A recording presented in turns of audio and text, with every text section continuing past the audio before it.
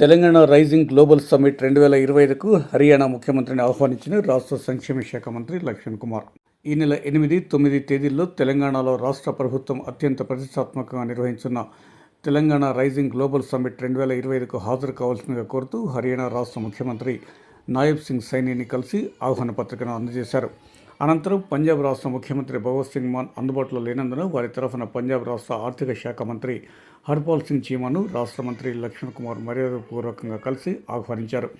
ఈ సందర్భంగా మంత్రి లక్ష్మణ్ కుమార్ రాష్ట్ర ముఖ్యమంత్రి రేవంత్ రెడ్డితో, హర్యానా ముఖ్యమంత్రి మరియు పంజాబ్ రాష్ట్ర ఆర్థిక మంత్రితో స్వయంగా ఫోన్ ద్వారా మాట్లాడించారు.